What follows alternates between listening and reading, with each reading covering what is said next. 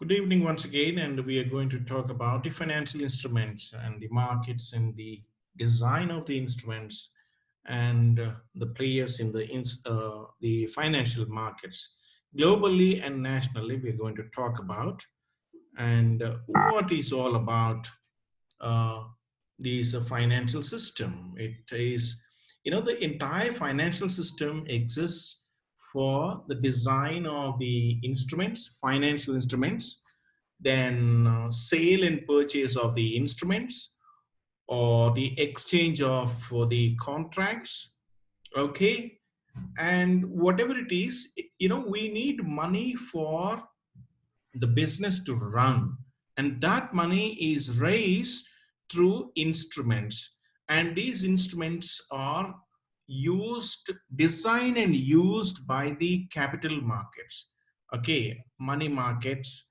okay, capital markets. If it is money market, it's the RBI in India to control and regulate. If it is the capital market, it is the SEBI which controls and regulates, okay, the operations of money market by RBI, the operations of capital markets by SEBI. Right.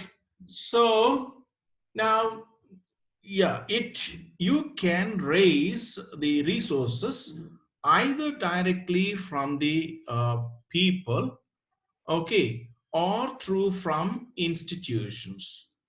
Okay. Now, let's say, sir, how is that possible through institutions? Yeah, you can directly raise money by issuing shares and bonds to the public, or you can raise it through financial institutions. Let's say IDBI, one of the beautiful institutions which were for a long time financing all the medium and large scale industrial undertakings, including the public sector undertakings. So at the time, there was a capital crunch, there was a dearth of capital, okay, and the business needs are manifold, but money was not available, right? So at the time, the IFCI, I'm sorry, Industrial Financial Corporation of India, then IDBI, Industrial Development Bank of India. So these are all development financial institutions, DFIs, they are called.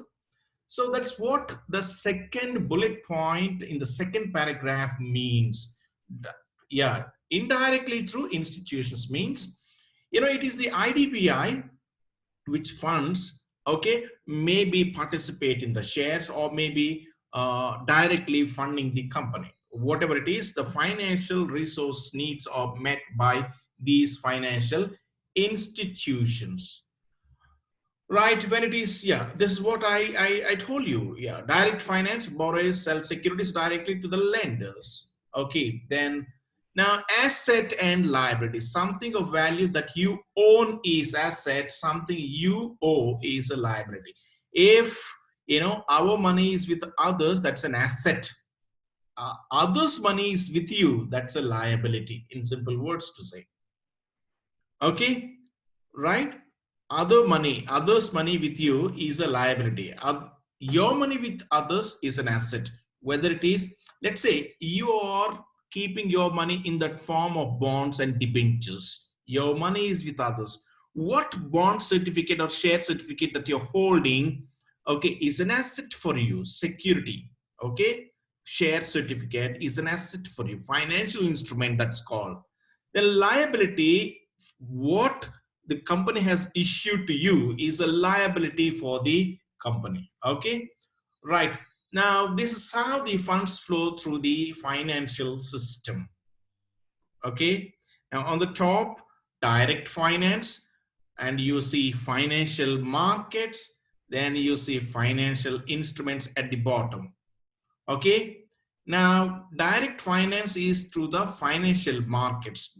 It is generally by the stock exchanges, they mean. Financial instruments, it is through intermediation, it is done, okay. The funds are supplied through intermediation. Okay, look at this. Yeah, you know uh, the financial instruments, yeah, the financial instruments are designed in the financial markets, okay. Now, these instruments, the money is raised through these instruments, and there are some lenders. Okay, there are some lenders who will supply money through these financial instruments to the through the capital markets or financial markets to the company. Directly, and yeah, these if you see this, yeah, one arrow is coming like this, another arrow is going like this. What is this? Yeah, the entire flow chart, let me tell you in just simple words. You subscribe for the units of Unit Trust of India, or you subscribe for the mutual funds. Now, what is this money? It is one of mutual funds units. Okay. Now, what are these? These are financial instruments. Through these instruments, mutual fund company raises money, and the raised money is pulled up. It becomes a big amount, and that big amount is used to buy the shares and debentures of other companies, right? Yeah, individual household savings are mobilized through mutual funds, and it becomes a big amount, and that money is used to buy the shares of other companies, right? And the other companies' financial needs are met through these mutual fund companies. This is the entire flow of, okay, this is the entire flow of some arrows downward, some arrows upward. You may be getting confused, but just this is what the entire structure means. Okay, there is a flow, from the households to the mutual funds, from mutual funds to the shares, to the companies through the shares. Okay, and from the companies, the dividends, the interest comes to the mutual fund companies, and mutual fund companies again in turn transfer to the household, individuals. Right. Now, this is one system I'm saying. It is the same pattern that the government also raises. LIC raises money through the insurance policies from the individuals out of their savings. LIC becomes the lender for the government. What? The government issues the bonds for all its needs, or not all, some of its needs, whenever the exchequer is not supporting the needs. So it issues the bonds, and those bonds are subscribed by the insurance companies like Life Insurance Corporation of India, LIC, Life Insurance Corporation, then GIC, General Insurance Corporation. So these companies subscribe to those bonds. What is this? Government is a borrower from LIC. LIC is a borrower from the individuals. Okay. Now, look at the flow. Now, whether it is the government or the individual companies, all this happens in the financial markets through financial instruments. Okay, so there is an indirect finance through intermediation of the agencies. There is a direct finance where the you know needy entities, be it government or be it individual companies, approach the individuals to subscribe for the capital needs of the company. Okay, they will provide, they will invite, this is our business and this is where we are going to be. Please subscribe to the share capital of our company. And all those who get motivated out of that invitation will be subscribing. Okay, so this is all about this flow chart. I just want you to look into this as you have been listening to me. Next, financial development is linked to economic growth. Yeah, role of financial system is to facilitate production, employment, and consumption. Resources are funneled through the system, so resource flow to their most efficient uses. When people are in need of money, people are in need of, the youth is looking for jobs. Okay, now instead of creating jobs by funneling, channelizing the amount available through the industry, let's say, we feel so sorry, we feel so sorry, the way the amount is spent. They may argue, they may say that, we attract the tourism. The income that you generate out of tourism is much less, and that's not exponential when we are spending crores of thousands and thousands of crores. Something is done with the 3,000 crores in one state. Now let me do it in my state with 5,000 crores. And there are some people who will be just demolishing certain things and constructing with the money. This financial resources are so precious, and every rupee must earn a rupee. Every thousand must earn a thousand. That is the nature of money. And the ones who are interested with the finances should be using them so judiciously, so wisely. Now, thousands of crores are interested into the hands of people, who are using them so unwisely, and that is painful to the current youth. Now, they may say, yeah, we are trying to create tourism attraction. Yeah, let me tell you, if 3,000 crores or 1,000 crore are you know, spent on companies where the production takes place. And when production takes place, there are so many jobs created. When jobs are created, there are some ancillary jobs also created. It is like this. When the then Andhra Pradesh government, when it has set up an IT park, that is cyber towers for the first time, that's the first tower to build there. When it is set up, so many companies clustered around. And look at this, it is not just the companies also. There are so many other, parallel businesses developed. The real estate developed, okay, and the food stalls, the restaurants, okay, the hotel industry, all this, it multiplied exponentially. That is how, two people in the country have thought over so productively. One is Mr. S.M. Krishna of Karnataka. Another one is, Mr. Chandrababu of the state of the then Andhra Pradesh. Now, we're not here to try to distinguish that leader is good, this leader is bad. No, we have nobody to say that. But these two leaders have been so long visionaries. The fruits of their long vision we are reaping. The state of Karnataka is reaping because of that man's vision, and the state of Telangana and Andhra Pradesh are reaping fruits because of this man's vision, long vision. You know why? They have used the financial system, okay, so efficiently to facilitate production, employment, and consumption. Yeah, these three, we should be focusing to spend money, focusing to spend financial resources on these three: production, employment, and consumption. When all the other economies are focusing on this, we are going in a completely wrong direction. That's why we are not able to compete with a no, compete with an ordinary fellow, even like China. China is not a great nation when compared to the talent that is there in India. Indian market is so talented, but it's because of the proper planning they are overtaking us. That's painful to see.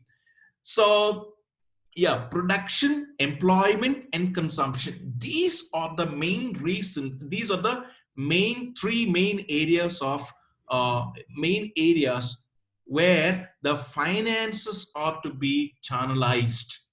Okay, and your design of the instrument also should be such that, we have slightly deviated from our syllabus, because it is relevant for the youngsters like us, like you, not me. Okay, so we will, yeah, Yeah, three areas we'll look into: the financial instruments or the securities, we call them, and financial market and financial institutions. Yeah, all these three are the like three pillars of the entire financial system. Financial institutions, let's say in India, it is SEBI. In India, it's RBI. It is, in India, Companies Act, that's an act, or the Securities Contracts Regulation Act 1956. Or if you go to America, it is Securities Exchange Commission, okay, just like our SEBI, Securities Exchange Board of India, right? Or like Federal Reserve System, okay, and the stock exchanges are there. They're like New York Stock Exchange and Nasdaq, okay, in America. Now we have Bombay Stock Exchange, popularly National Stock Exchange. There are many other stock exchanges, Hyderabad Stock Exchange also, but these two stock exchange, NSE and BSE, have become so popular, okay, and they too represent the Indian share in the capital market operations among the global players. Right. Now, when it comes to the instruments, we have bonds and the stock. When I say stock, it is it is securities. Okay, securities. When I say, it is shares, equity shares, and preference shares. Then loans and insurance. Okay, loans and insurance. Okay, these are instruments. And how do they play? I just answered this question: what is their role in our economy? I answered this question through the example of state of Karnataka and Telangana. Financial instruments, the written legal obligation, it's a document. It's just a piece of paper. It's a piece of paper, stating that I owe you money with an interest payable at a particular point of time specified in this document. Now, that can be used to enforce in the court of law. That's an obligation on the part of the borrower. Okay, so this instrument obligates one party and specifies the payment will be made at a future date.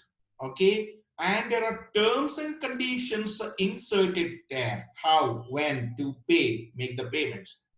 Okay, let me read again. The written legal obligation of one party to transfer something of value, usually money, to another party at some future date under certain conditions. Now, use of financial instruments. Yeah, the basic three functions of financial instruments: they act as means of payment, just like your money, right? And financial instruments also act as a store value, just like your money. And financial instruments allow for the transfer of risk, unlike money. First three functions are like money. Let's say you have money, what to do? Yeah, just buy gold, right? Or you have money, just set aside.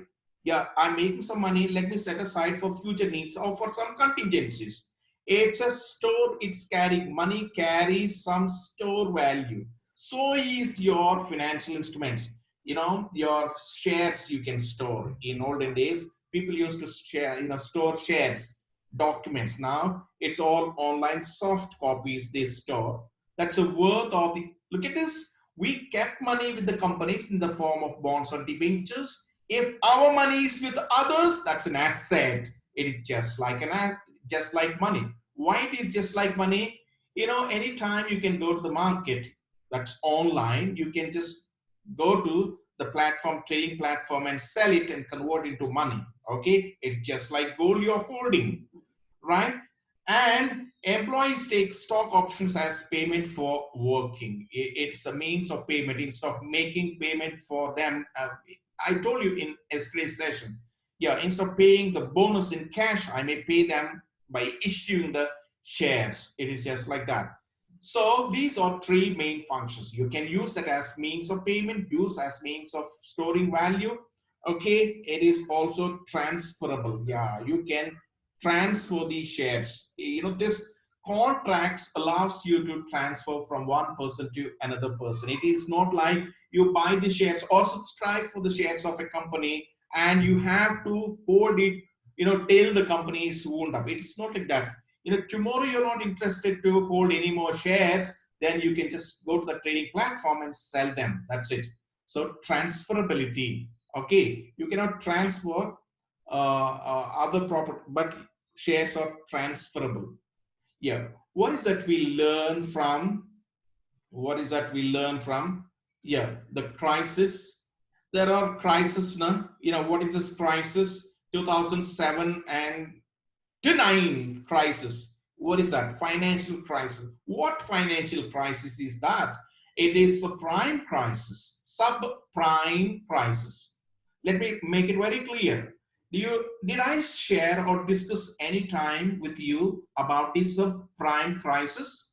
Yeah, any of you, can you quickly respond? Did I talk to you about the subprime crisis in my earlier sessions? Yes, sir? No. No, okay. I think no, right? Maybe not, yeah, unless you're regular to all the sessions, you may not be able to remember. Okay, whatever. I'm repeating once again.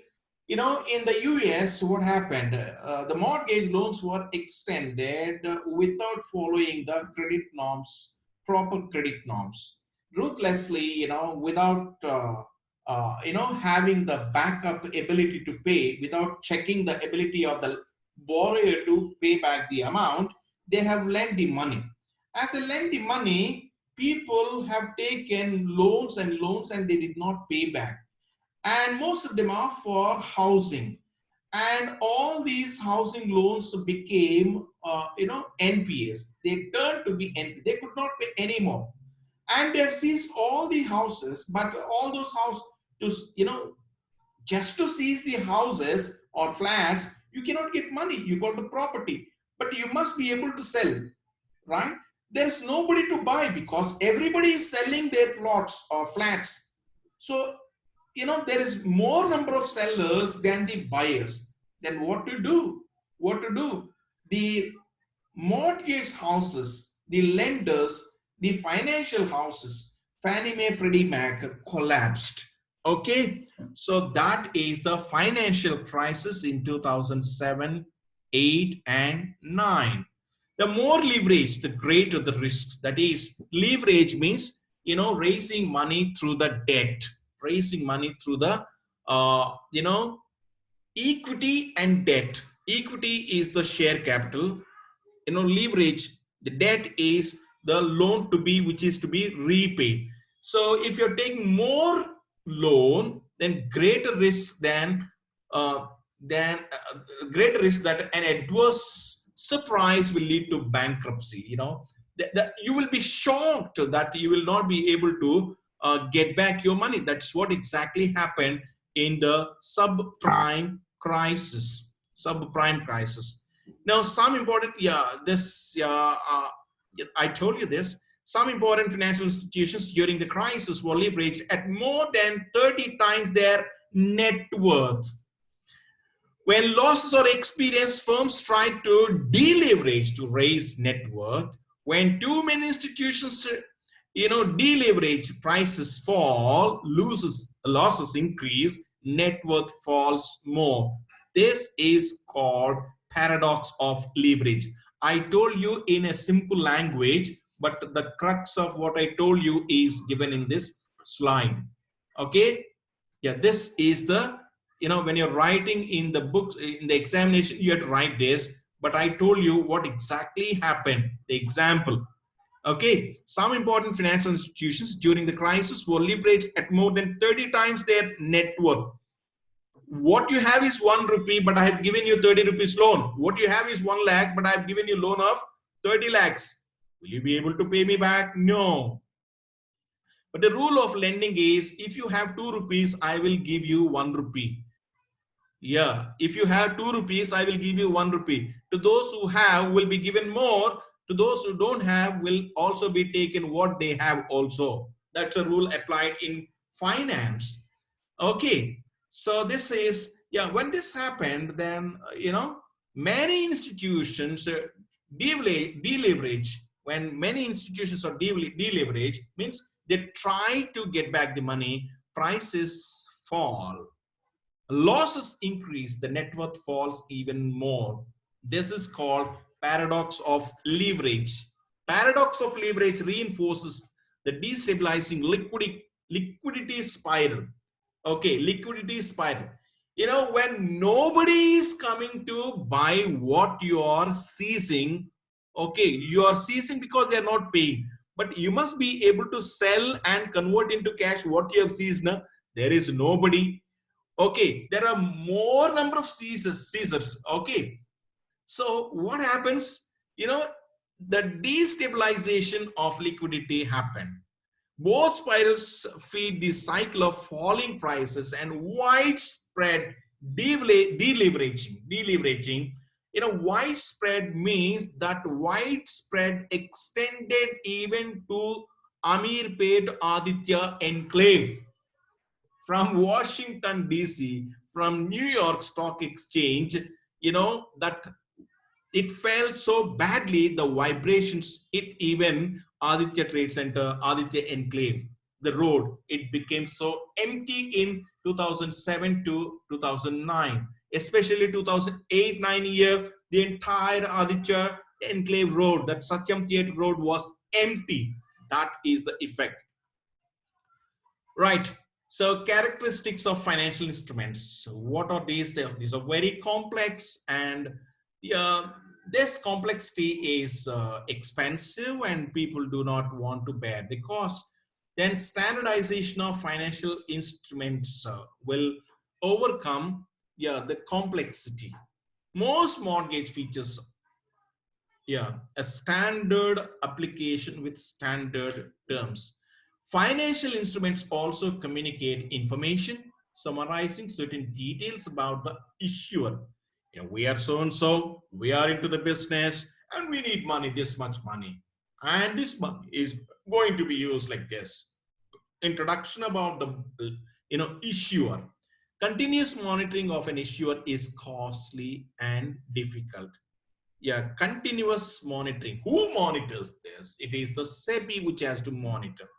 Okay, it is very costly affair for SEBI. Mechanisms exist to reduce the cost of monitoring. Either you have to monitor, or SEBI on behalf of you. Okay, what is for SEBI?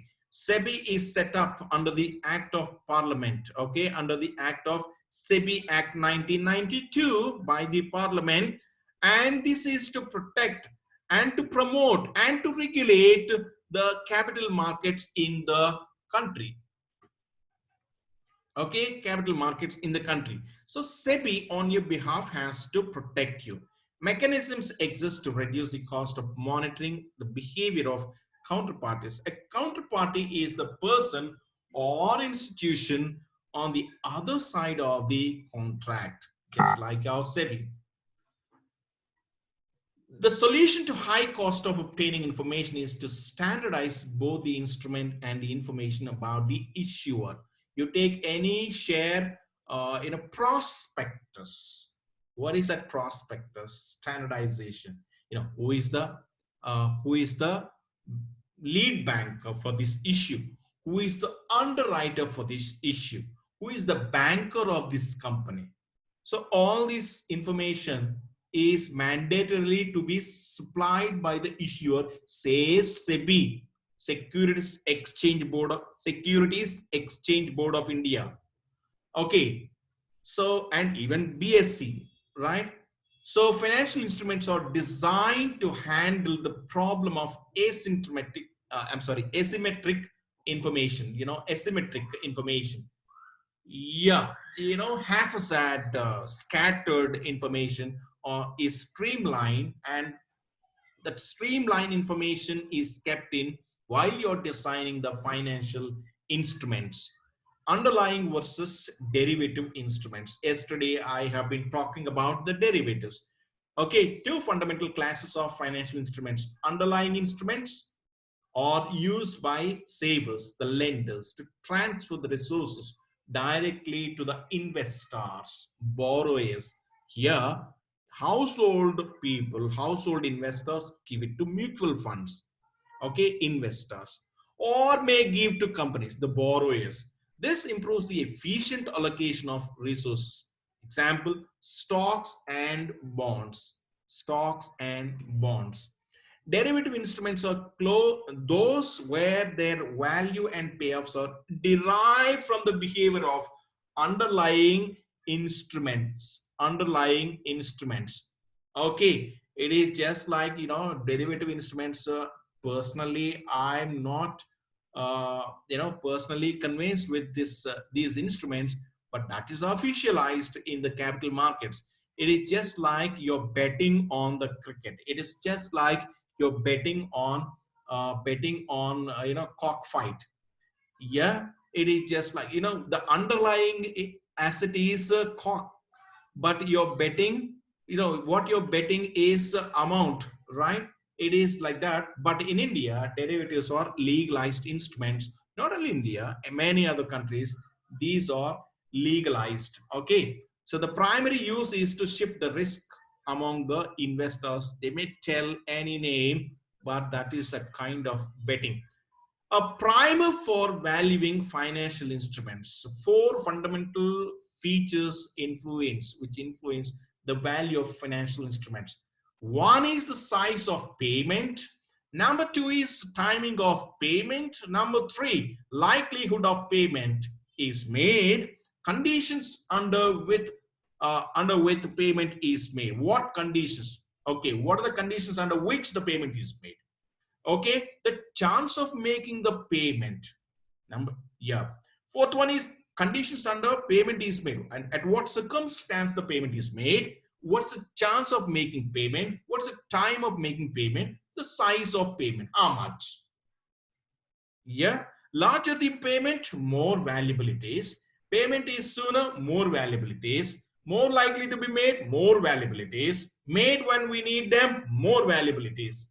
Okay, so four fundamental characteristics which influence the value of the financial instruments. More valuable, less valuable.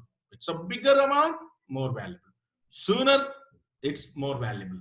I want to get back my money, right? More valuable. People keep it immediately. Likelihood of payment, the risk free. It's risk free. If we keep money, we have a chance of getting it back. More valuable, more precious. Okay. Then terms and conditions should be flexible. Then it is uh, you know, more valuable. Okay. We organize financial instruments by how they are used. Yeah, financial instruments are used as stores of value, right? Now, number one, this category we look at bank loans. Borrowers obtain resources from a lender to be repaid in futures. Okay, borrowers obtain risk. I keep my money, okay, in let us say, uh what is that, IT park of Kandlakoya IT park. Okay, let's say government of Telangana is issuing bonds. I keep in those bonds, right? And those bonds are store value for me. And if the bank, why do we keep money in the bank? We keep money. Oh, the banker will keep it like that. No, he will use to lend it to others. Okay. So, but he will guarantee me pay whenever I need it, unless it is a fixed deposit. If it is a fixed deposit, whatever is the tenure, I had to wait till that time, right? Otherwise, he will pay whenever I want it. But till then, he doesn't keep that money in the bank. He will lend it to the needy people, right? So store value for us, and that is to be used for his turnover.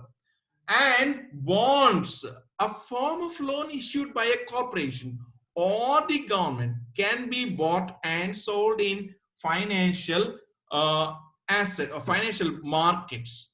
Okay, then home mortgages. Home buyers usually need to borrow using the home as collateral for the loan. Home mortgages, right? Stocks, the holder owns a small piece of the firm and entitled to part of its profits. Firm sells stocks, that is shares, to raise money, primarily used as store of wealth. Okay, by the people who have money, instead of keeping money, let us keep it in stock so that when the stock prices go up, our money value also increases. If you keep money as money and money value goes down as the time passes by, that's what we think. Now, another couple of minutes, it's going to end. We'll stop with this fifth point. Okay, fifth point. Asset-backed securities, shares in the returns or payments arising from specific assets such as home mortgages and student loans. Mortgage-backed securities bundle a large number of mortgages together into a pool in which shares are sold. Securities backed by subprime mortgage. I told you, subprime is, you know, it is less than, more than the prime. What is that? If the prime lending rate, the leading interest rate is 6%, the subprime lending rate is around 10%. Okay, why? If your credit scoring is good, you will get loan at 6%. But if you have a bad credit score, you will get loan at 10% or 15% or 20%. Whether it is 10, 15 or 20, what is that? That is a subprime lending rate. Okay, so securities backed by subprime mortgages played an important role in the crisis. That's how people have taken whatever be the interest rate and they could not pay it back and the financial institutions collapse. We'll stop it here to continue in the next class. Shall we stop it here?